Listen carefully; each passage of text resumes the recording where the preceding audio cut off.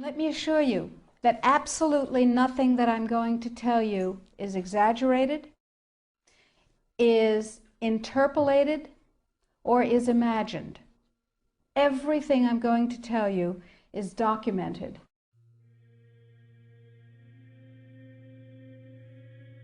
He who controls food controls the world.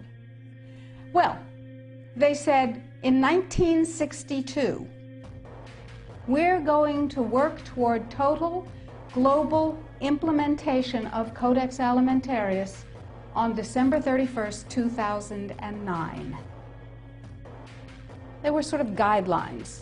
Now, Codex Alimentarius Commission is administered by the World Health Organization, WHO, and the FAO, the Food and Agriculture Organization. They fund Codex and they run it at the request of the UN. So they're mommy and daddy to Codex Alimentarius. In 1994, Codex, with no notice here in this country whatsoever, declared nutrients, put on your intellectual seatbelts, declared nutrients to be toxins.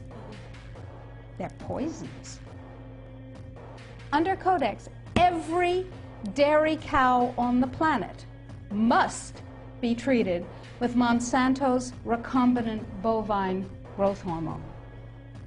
Furthermore, under Codex, every animal used for food on the planet must be treated with subclinical antibiotics and must be treated with exogenous growth hormones.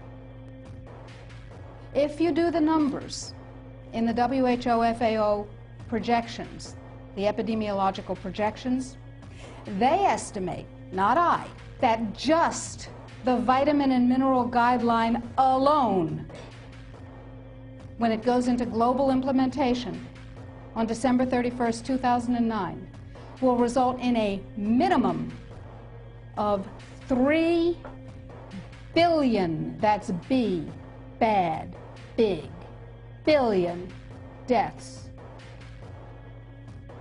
1 billion through simple starvation. Those folks who die are not particularly economically successful from the point of view of the corporations, but the next 2 billion, they will die from the preventable diseases of undernutrition.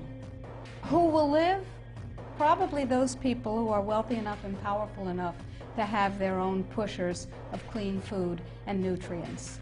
So we need your help, because the United States leadership is what's going to literally save the population of the planet.